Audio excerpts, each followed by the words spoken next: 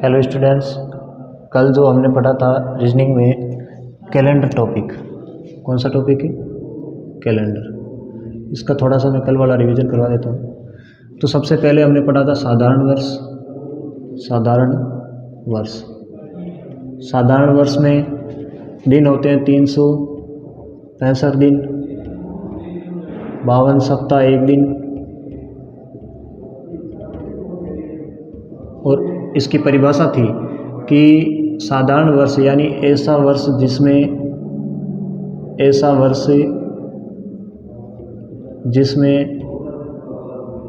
4 का भाग पूरा पूरा न जाता हो। ठीक है, ऐसा वर्ष जिसमें 4 का भाग पूरा पूरा नहीं जाता हो वो तो होता है साधारण वर्ष। और ऐसा वर्ष जिसमें 4 का भाग पूरा पूरा जाता हो वो होता है लीप या अधिवर्ष। लीप या अधिवर्ष, इसमें 4 का भाग पूरा पूरा जाता है। ठीक है, और इसमें दिन होते हैं 366 दिन, 52 सप्ताह और 2 दिन। ठीक है, और इसमें फरवरी होती है, वो होती है 28 दिन की। फरवरी साधारण वर्ष में कितने की? 28 दिन की। और लीप वर्ष में फरवरी होती है 29 दिन की। तो सबसे पहले हमने पढ़ा था साधारण वर्ष यानी ऐसा वर्ष जिसमें 4 का भाग पूरा पूरा नहीं जाता हो। 365 दिन होते हैं, 52 सप्ताह, एक दिन, फरवरी 28 दिन की। लीप या अधिवर्ष में 4 का भाग पूरा पूरा जाता है, 366 दिन होते हैं, 52 सप्ताह और 2 दिन, और फरवरी होती है 29 दिन की। फिर हमने एक नोट पढ़ा था, एक इम्पोर्टेंट नोट था, उसके अंदर हमने ये पढ़ा कि जो लीप वर्ष होता है उसमें तो हम 4 का भाग देते हैं, और लीप शताब्दी में 400 का भाग करते हैं। कितने का? 400 का भाग। और एक था कि लगातार या क्रमागत 100 वर्षों में लीप वर्ष या अधिवर्ष कितने होते हैं? 24 या 25। और क्रमागत 400 वर्षों में लीप वर्ष या अधिवर्ष होते हैं 97। ये हमने कल पढ़ा था। इसके बाद में हमने 2 टाइप पढ़े थे। तो हमारी जो टाइप थी वो पहली टाइप थी कि किसी साधारण वर्ष में वर्ष का प्रथम दिन व अंतिम दिन समान होता है, यानी वर्ष का पहला दिन और अंतिम दिन क्या होता है? सेम होता है। और दूसरा, ये जो लीप वर्ष है, लीप वर्ष के अंदर क्या है कि जैसे मान लो 1 जनवरी को जो वार है, कोई भी वार ले लो, जैसे मान लो सोमवार है, तो 31 दिसंबर उसी वर्ष में, सेम वर्ष में 1 जनवरी, जैसे मान लो कोई भी वर्ष है, 1 जनवरी 2000 को सोमवार है, तो 31 दिसंबर 2000 को क्या हो जाएगा? मंगलवार, एक दिन ज़्यादा होता है। ठीक है, फिर हमने दूसरा टाइप पढ़ा था, ये तो टाइप फर्स्ट है, इसमें टाइप फर्स्ट के क्वेश्चन पढ़े थे। फिर टाइप सेकंड में ये पढ़ा था कि जो एक ही महीने के वार है वो हम कैसे हल करते हैं, वो आप पहले वाले वीडियो में देख सकते हो आराम से। ठीक है, आगे देखो, हम पढ़ते हैं टाइप नंबर 3। टाइप नंबर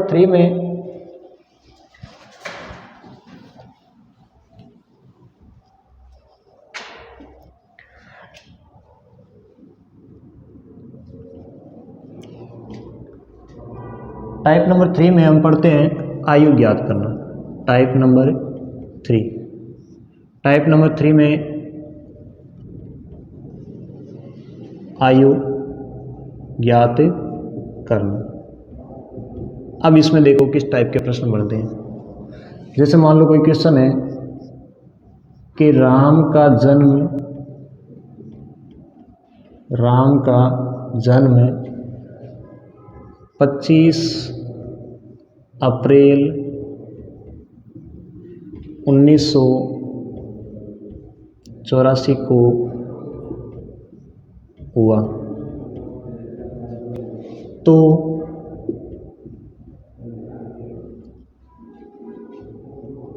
2 फरवरी 2010 को आयु क्या थी? इस टाइप का प्रश्न आता है इसमें, ठीक है। यानी राम का जन्म 25 अप्रैल 1984 को हुआ, तो 2 फरवरी 2010 को उसकी आयु क्या होगी? ये प्रश्न आता है इस टाइप का। इसमें आपको पहले यहाँ लिखना है दिन। हल करने का तरीका है, पहले यहाँ लिख लेना दिन, फिर यहाँ महीना, इधर लिख लेना वर्ष, ठीक है। तो यहाँ पर 2 फरवरी 2010 दे रखा है, जो बाद की तारीख है वो पहले लिखना है आपको। 2 फरवरी यानी दूसरा महीना है, 2010। इसमें से आपको ये घटाना है 25 अप्रैल यानी चौथा महीना, ठीक है। 25 अप्रैल 1984 ये हल करना है। अब इसमें से आपको घटाना है, तो घटाने का तरीका देखो, इधर से नहीं घटाना है, आपको दिन की साइड से पहले घटाना है। यहाँ देखो 2 में से 25 नहीं घट रहा है, तो 2 में से 25 नहीं घट रहा, तो आप यहाँ से 1 महीना इधर ले लो। यहाँ से 1 महीना इधर आएगा, तो यहाँ 30 दिन जोड़ने हैं। ध्यान रखना है, यहाँ पर चाहे फरवरी हो, चाहे मार्च हो, चाहे जनवरी हो, कोई भी महीना दे रखा हो, हमेशा दिन यहाँ से इधर आप लेना है। तो कितना आएगा? 30। यहाँ 30 दिन आ गए, 30 और 2 कितने हो गए? 32। अब 32 में से 25 घटा लो, कितने बच गए? 7, ठीक। यहाँ पर महीना पहले फरवरी था, अब क्या हो जाएगा? 1 कम हो गया, 1 महीना कम हो गया, तो यहाँ पर क्या बच गया? जनवरी, यानी 1 बच गया। अब 1 में से 4 नहीं घट रहा है, तो यहाँ से 1 साल उधार ले लो। 1 साल उधार लेने का मतलब यहाँ से 12 महीने आएंगे। यहाँ 1 वर्ष है, इधर तो हो जाएगा 2009, और इधर हो जाएगा 1 कम करोगे तो इधर से तो 1 कम हो गया, और यहाँ प्लस 12 हो जाएंगे यहाँ से। यानी 1 वर्ष में महीने कितने हो गए? 12, तो 12 प्लस हो जाएंगे। 12 और 1 पहले का था, 12 और 1 यहाँ हो गया 13। यहाँ टोटल कितने हो गए? 13। अब 13 में से 4 घटा लो, 13 में से 4 घटाए, कितने बच गए? 7, ठीक। अब यहाँ 2009 में से 84 घटा लो, तो 9 में से 4 घटाए 5, यहाँ 10 में से 8 घटाए 2, फिर ये 2 में से 1 घट जाएगा 0 0, यानी 25 वर्ष 7 महीना और 7 दिन। अब उस राम की आयु कितनी है? 7 दिन 7 महीना 25 वर्ष, यानी 25 वर्ष 7 महीना और 7 दिन का हो गया राम, ठीक है। तो ये ध्यान रखना है, इस टाइप का कोई भी क्वेश्चन आता है तो आप हल कर सकते हो। ये सबसे कठिन प्रश्न था, बाकी सबसे इनसे इजी होंगे। तो राम का जन्म 25 अप्रैल 1984 को हुआ, तो 2 फरवरी 2010 को आयु क्या थी? ये याद करने का तरीका, सबसे पहले लिखना है दिन, फिर लिखना है महीना, फिर लिखना है वर्ष। दिन यहाँ जो भी दे रखा हो, बाद वाली तारीख का लिखना है पहले, आपको ये ध्यान रखना है। 2 फरवरी 2010। अब इसमें से आपको घटाना है 25 अप्रैल और 1984। तो यहाँ देखो 2 था, 2 में से घटा नहीं, तो इधर से 1 महीना इधर लाए, तो 30 दिन में बदल दिया। 30 और 2 32, 32 में से 25 घटा लिए, 7 बच गया। फिर यहाँ महीना बच गया 1 4 में से घटेगा नहीं, तो 1 वर्ष इधर से लाएंगे, 12 महीने ऐड हो जाएंगे। 12 और 1 कितने हो गए? 13 में से 4 घटा दिए, 7 बच गए। यहाँ 2001 कम हो गया, 2010 में से 1 कम हुआ, 2009 हो गया। 2009 में से 1984 घटाएंगे, कितना बचेगा? 25। तो ये 25 वर्ष 7 महीना 7 दिन हो गया। अब आगे पढ़ते हैं हम नेक्स्ट टाइप है, टाइप नंबर 4। आगे देखो, नेक्स्ट टाइप है टाइप नंबर 4। टाइप नंबर 4 में क्वेश्चन आएंगे याददाश्त पर आधारित। याददाश्त पर आधारित प्रश्न।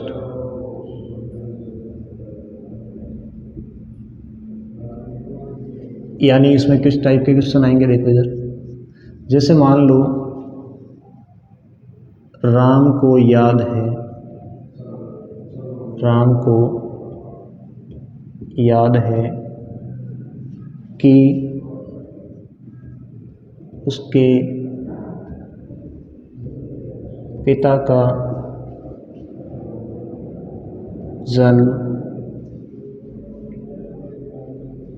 राम को याद है कि उसके पिता का जन्म 12 फरवरी के बाद हुआ तथा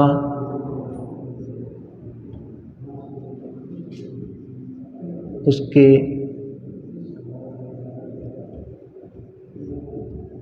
भाई को याद है कि पिता का जन्म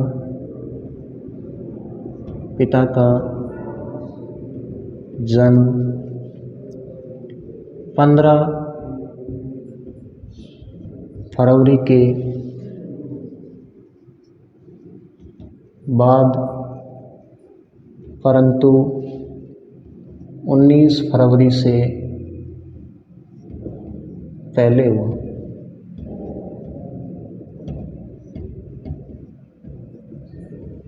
और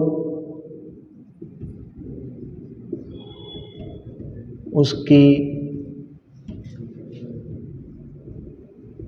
बहन को याद है कि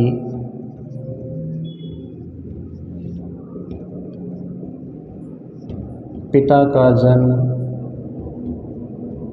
16 फरवरी के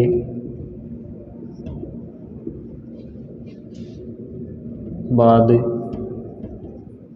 हुआ। तो बताओ, राम के पिता का जन्म कब हुआ? यानी याददाश्त पर इस टाइप के क्वेश्चन आएंगे। राम को याद है कि उसके पिता का जन्म 12 फरवरी के बाद हुआ तथा उसके भाई को याद है कि पिता का जन्म 15 फरवरी के बाद हुआ, परंतु 19 फरवरी से पहले हुआ। और उसकी बहन को याद है कि पिता का जन्म 16 फरवरी के बाद हुआ। तो आपको बताना है कि राम के पिता का जन्म कब हुआ। इसमें मान लो ऑप्शन दे रखे आपको 15 फरवरी, बी में दे दिया 17 फरवरी, सी में दे दिया 18 फरवरी, डी में दे दिया 17 या 18 फरवरी। अब इसका सॉल्यूशन देखो। आपको हल करने में इसमें जैसा जैसा लिखा गया है उसके अनुसार आपको तारीख लिखते जाना है। पहले दे रखा है कि राम को याद है कि उसके पिता का जन्म 12 फरवरी के बाद हुआ, यानी यहाँ लिख लो फरवरी 12 के बाद हुआ, ठीक। तथा उसके भाई को याद है कि पिता का जन्म 15 फरवरी के बाद हुआ। अब 12 से आगे बढ़ गए, 15 फरवरी के बाद हुआ, परंतु 19 फरवरी से पहले हुआ। अब इधर से 19 फरवरी और दे दिया, 19 फरवरी से पहले हुआ, 15 के बाद में हुआ, ठीक है। और उसकी बहन को याद है कि पिता का जन्म है वो 16 फरवरी के बाद हुआ, यानी यहाँ से और आगे बढ़ गए, कितना आगे, 16 फरवरी। पहले दिया था कि उसके पिता का जन्म है राम के, वो है 12 फरवरी के बाद, यानी 12 फरवरी के बाद यहाँ तक था। फिर उसके बाद उसके भाई को याद है कि पिता का जन्म है वो 15 फरवरी के बाद और 19 से पहले, तो 15 के बाद और 19 से पहले। फिर दे रखा है कि उसकी बहन को याद है कि पिता का जन्म 16 फरवरी के बाद हुआ, यानी 16 के बाद। तो बताओ राम के पिता का जन्म, अब इसके बीच में कितनी तारीख बची, एक तो 17, एक 18। अब इसमें से कोई भी हो सकती है, या तो 17 होगी या 18। तो 15 नहीं होगा, 17 भी नहीं होगा, 18 भी नहीं होगा, 17 या 18, यानी दोनों ही हो सकते हैं, या तो 17 हुआ होगा या 18 हुआ होगा, ठीक है। दोनों तारीख हो सकती है, या तो 17 होगी या 18 होगी। ठीक है, ये ध्यान रखना है, याददाश्त पर आधारित होंगे जो भी क्वेश्चन होंगे, इस टाइप के क्वेश्चन आएंगे। ठीक है, आगे देखो हम पढ़ते हैं टाइप नंबर 5। टाइप नंबर 5, इसके क्वेश्चन कई बार देखने मिल जाते हैं। टाइप नंबर 5 में हम पढ़ेंगे किसी भी तारीख का वार ज्ञात करना। किसी भी तारीख का वार ज्ञात करना। टाइप नंबर 5 में क्या पढ़ेंगे? किसी भी तारीख का वार ज्ञात करना, यानी इसमें आपको कुछ कोड लिखने हैं। पहले हम सबसे पहले लिखते हैं सूत्र। इसका सूत्र क्या होगा? तारीख प्लस महीने का कोड प्लस शताब्दी का कोड प्लस वर्ष प्लस अधिवर्ष बटा 7। ये किसी भी तारीख का वार ज्ञात करने का सूत्र होता है, यानी तारीख प्लस माह कोड प्लस शताब्दी कोड प्लस वर्ष प्लस अधिवर्ष बटे 7। तो हम सबसे पहले तारीख तो हमें पता रहेगी, माह कोड यानी महीने का कोड लिखते हैं। महीने का कोड ये भी 2 टाइप से दे रखा होता है। तो सबसे पहले पढ़ते हैं हम साधारण वर्ष का। साधारण वर्ष, इसके कोड याद करने की एक ट्रिक है हमारे पास, वो ट्रिक आप भी याद कर लेना।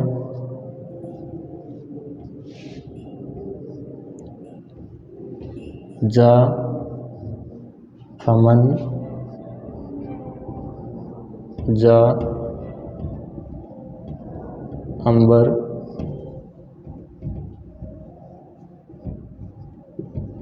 मजा। अब देखो इसमें आपको कुछ नंबर याद रखने, जा फमन जा अंबर मजा। तो पहले तो इसमें महीने लिख लो कौन कौन से हैं। जनवरी, अक्टूबर, इसमें आएगा फरवरी,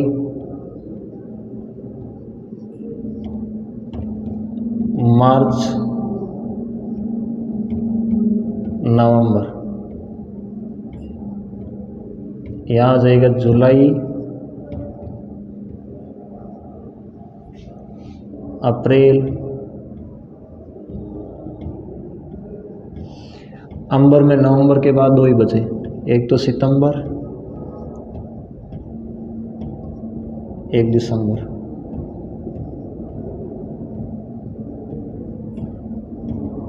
मई, जून, अगस्त।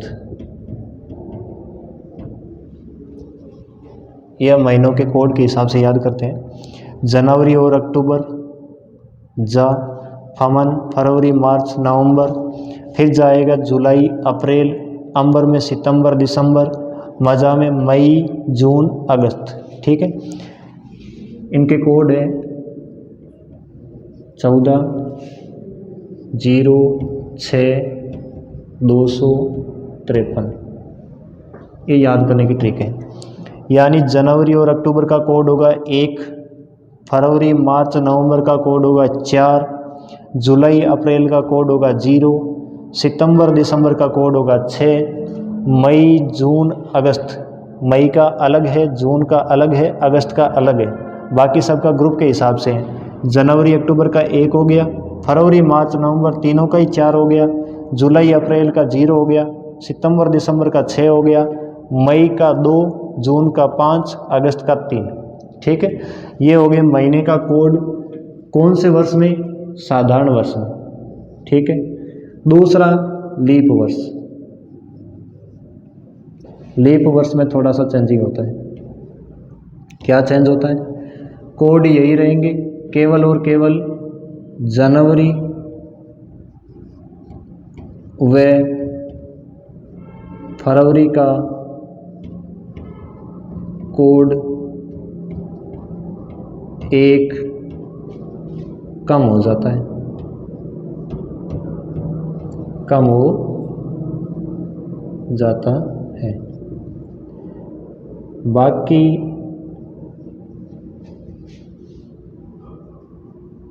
या शेष माह के कोड साधारण वर्ष के कोड के समान रहेंगे, साधारण वर्ष के कोड के समान रहेंगे। ठीक है, यानी जनवरी का कोड एक कम हो जाएगा, तो जनवरी का कोड क्या बनेगा, जनवरी का कोड है एक कम हो जाएगा, इसका मतलब जनवरी का कोड हो जाएगा 0। फरवरी का कोड है 4, फरवरी का कोड है 4, लीप वर्ष में एक कम हो जाएगा मतलब 3, ये ध्यान रखना है। ठीक है, तो टाइप नंबर 5 में किसी भी तारीख का वार ज्ञात करना हो तो इसका सूत्र होता है तारीख प्लस माह कोड प्लस शताब्दी कोड प्लस वर्ष प्लस अधिवर्ष बटे 7।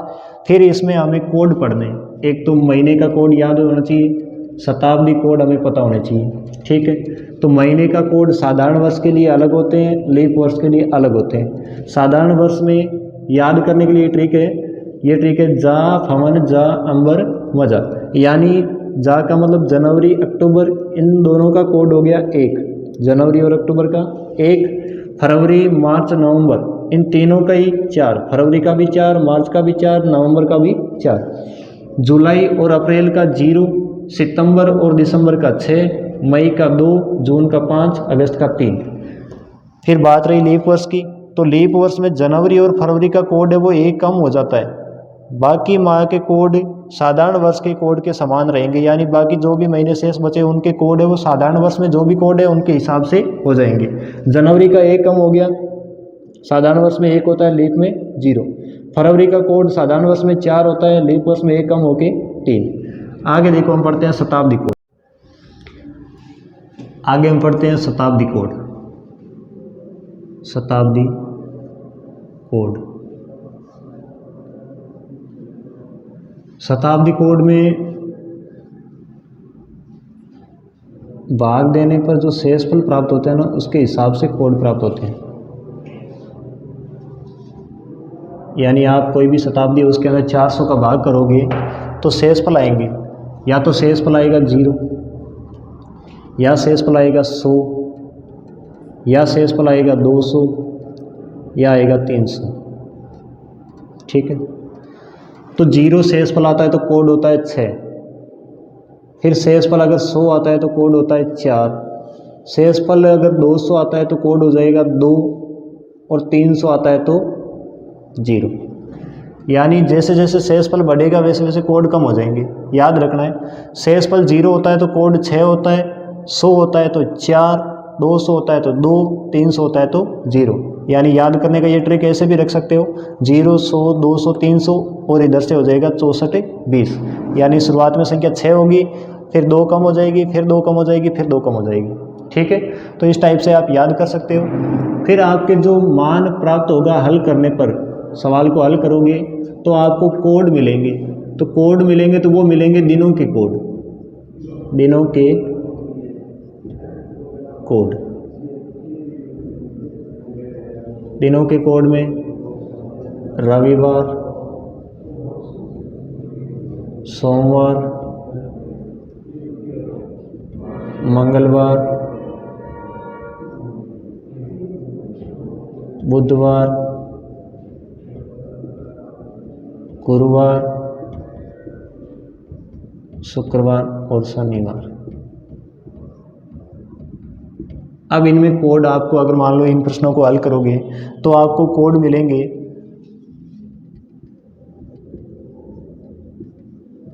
वो आपको याद रखने हैं। रविवार का कोड होगा 1, फिर क्रम से 2, 3, 4, 5, 6। शनिवार का कोड होगा 0। ध्यान रखना है, रविवार का कोड 1 होगा, फिर क्रम से 2, 3, 4, 5, 6 और शनिवार का कोड 0। ये कोड आप सबको याद रखने हैं। अब इसके मान लो हम क्वेश्चन करते हैं, तो इधर देखो, आप देखो हम क्वेश्चन करते हैं। जैसे मान लो आपको दे रखा हो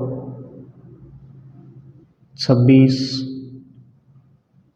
फरवरी 1764 को क्या वार होगा।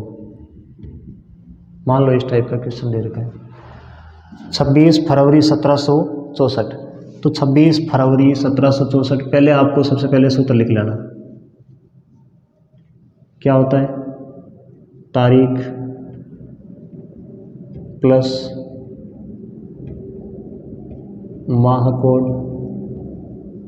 प्लस शताब्दी कोड प्लस वर्ष प्लस अधिवर्ष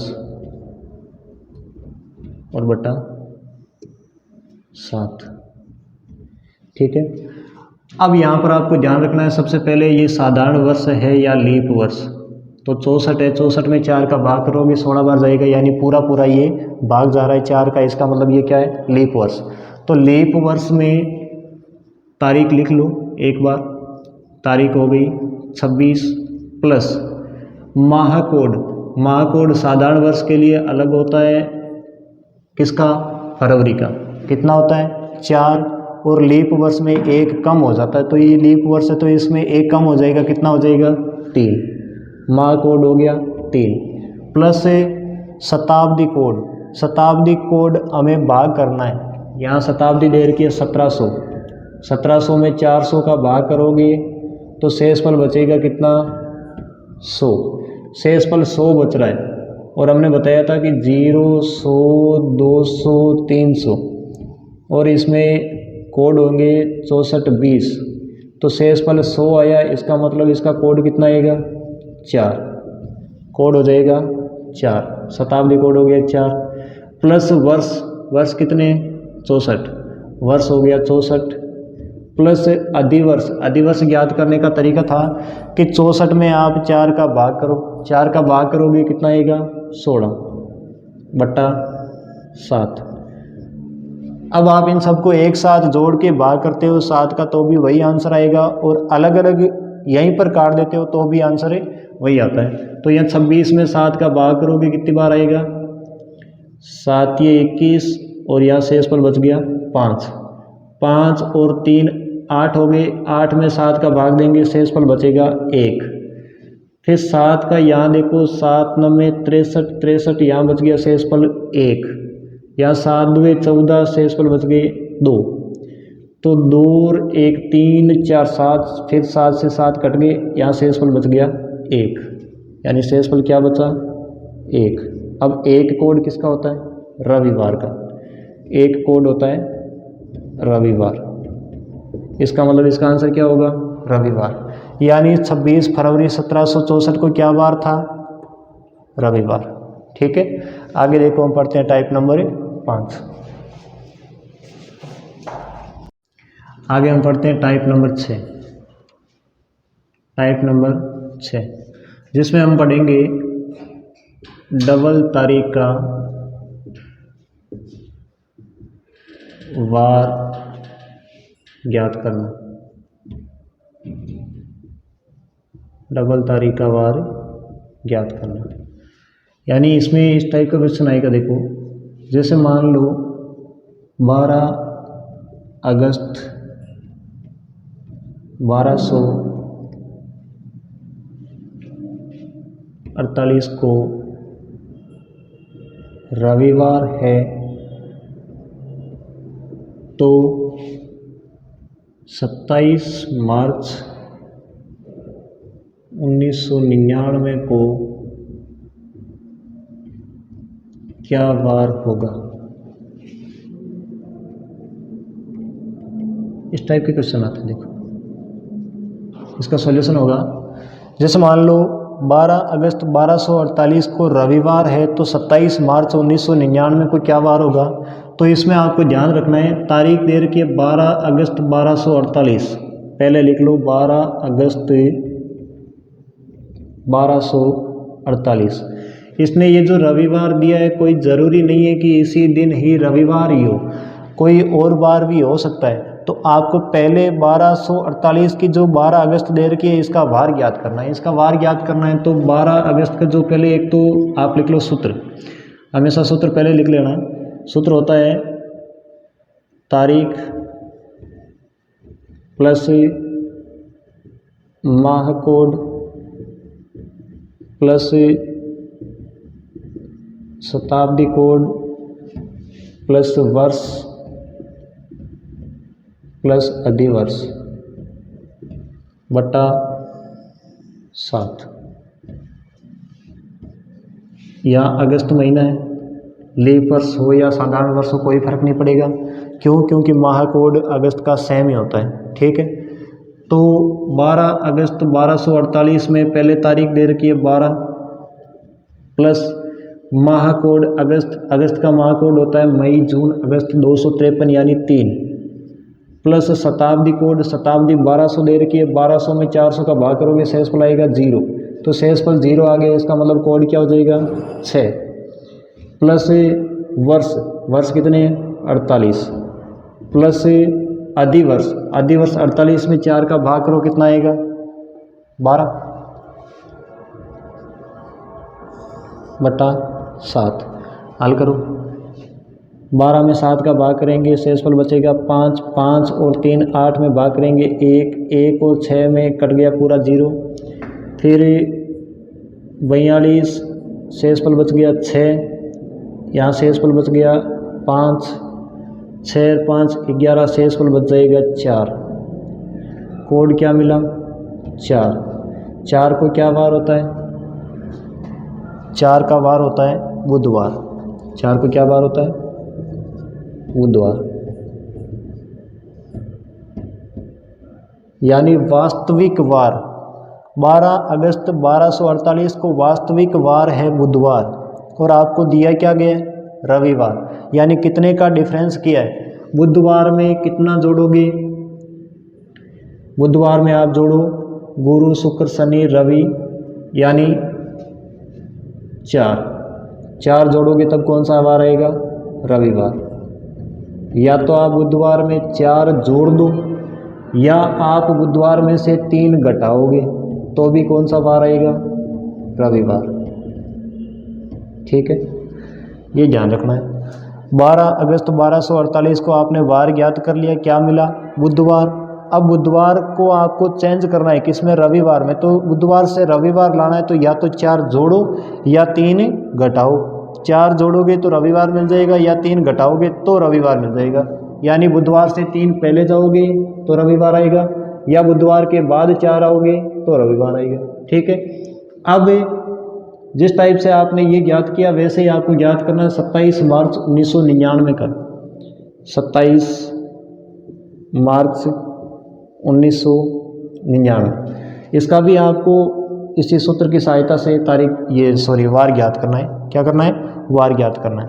तो वार ज्ञात करना है तो तारीख दे रखी है 27 मार्च, पहले तारीख आएगी 27 प्लस माह कोड मार्च का कोड क्या होता है? मार्च का कोड होता है जा फमन जा अंबर मजा, यानी 4। कितना होता है? 4। अब देखो हम 27 मार्च 1999 इसका भी वार ज्ञात करते हैं। 27 मार्च 1999 इसका भी हमें क्या करना है? जैसे आपने 12 अगस्त 1248 का वार ज्ञात किया वैसे ही 27 मार्च 1999 का वार ज्ञात करना है। तो सबसे पहले लिखेंगे तारीख है 27 प्लस मार्च का कोड होता है 4, मार्च का कोड हो गया 4। फिर 1900 शताब्दी दे रखी है 1900 में 400 का भाग करोगे शेषफल आएगा 300, तो शेषफल 300 आएगा, कोड आएगा इसका 0, तो कोड हो गया 0 प्लस वर्ष कितने? 99। प्लस अधिवर्ष। 99 वर्ष में अधिवर्ष कितने हैं, तो 99 में 4 का भाग कर दो। 99 में 4 का भाग करोगे 2, 19, 4, 16, यानी 24 अधिवर्ष आएंगे। फिर बट्टा 7। अब हल कर लो इसे। हल करेंगे तो ये 27 में 7 का भाग दिया, शेषफल बच गया 21, 21 और 6। फिर 6 और 4 10 में भाग देंगे, शेषफल बच जाएगा 3, और 7 का इसमें भाग करेंगे 7 एकम 7, और फिर 29, 7 चौके 28, तो शेषफल बच जाएगा 1। शेषफल बच गया 1। यहाँ 24 में शेषफल बच जाएगा 3, 3, 3, 6, 1, 7। अब देखो 3, 3, 6, 1, 7, 7 से 7 कट गया, शेषफल क्या बच गया 0। शेषफल बच गया 0। 0 कोड होता है शनिवार का। 0 कोड किसका होता है, शनिवार का। 0 कोड हो गया शनिवार। तो अब आपको ये ध्यान रखना है कि आपने यहाँ पर कितने नंबर जोड़े या कितने नंबर घटाए, उसके हिसाब से ये सेम नंबर यहाँ पर या तो ऐड करो या घटाओ। तो 4 जोड़ोगे तो शनिवार में 4 जोड़ लो, क्या बार आएगा, शनिवार के बाद रविवार, सोमवार, मंगलवार, बुधवार, बार मिल जाएगा बुधवार। या आप शनिवार में से ये 3 घटा लो, 3 घटाओगे तो बार क्या आएगा, बुधवार। यानी इसका आंसर हो जाएगा फाइनल बुधवार। ठीक है। तो इसमें क्वेश्चन आएंगे डबल तारीख का वार ज्ञात करना, यानी इसमें जो तारीख दे रखी है दोनों, इन दोनों तारीखों का वार ज्ञात करना पड़ेगा आपको। 12 अगस्त 1248 का वार ज्ञात किया, बुधवार मिला, दे क्या रखा है, रविवार। तो आपको बुधवार से रविवार तक कितने का डिफरेंस है, 4 का। तो या तो 4 जोड़ लो या 3 घटा दो। 4 जोड़ोगे तो रविवार आएगा और 3 घटाओगे तो भी रविवार आएगा। हमें रविवार लाना है, किस टाइप से भी आप ला सकते हो। तो 4 जोड़ा तो रविवार आया, 3 घटाए तो रविवार आया। इसी टाइप से हमने पहले 27 मार्च 1999 का याद कर लिया, कोड 0 मिल गया, वार शनिवार मिल गया। अब आपने 4 जोड़ा तो बुधवार, 3 घटाए तो बुधवार, यानी इसका आंसर हो जाएगा बुधवार। ठीक है। आगे हम टाइप पढ़ते हैं 7 नंबर। Thank you. आगे देखो हम टाइप नंबर 7 पढ़ते हैं। टाइप नंबर 7, इसमें पढ़ेंगे समान कैलेंडर ज्ञात करना। समान कैलेंडर ज्ञात करना। तो समान कैलेंडर ज्ञात करने के लिए एक फॉर्मूला होता है। क्या होता है कि वर्षों का अंतर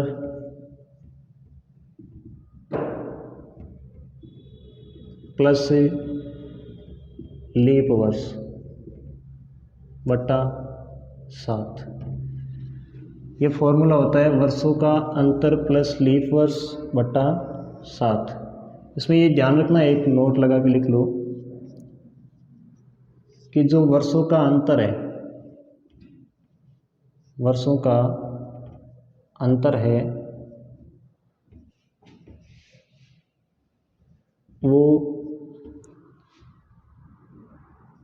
दिए गए प्रश्न का सन व विकल्प का अंतर होता है।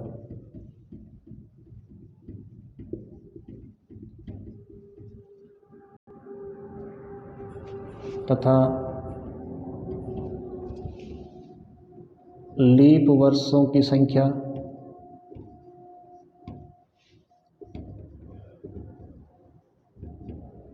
वर्षों के अंतर में से ज्ञात करते हैं। अंतर में से ज्ञात करते हैं। एक तो ये ध्यान रखना है।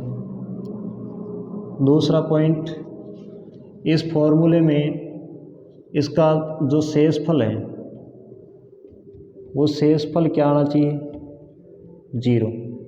अगर शेषफल 0 मिलता है तो ही समान कैलेंडर होगा, वरना नहीं होगा। ठीक है। जैसे मान लो हम क्वेश्चन करते हैं एक सन 2001 के समान कैलेंडर होगा।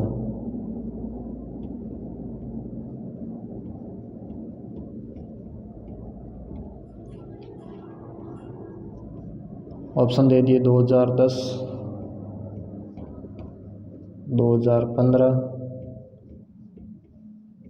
2008, डी में दे दिया 2007। तो यहाँ पर फॉर्मूला हमारे पास वर्षों का अंतर प्लस लीप वर्ष बट्टे 7।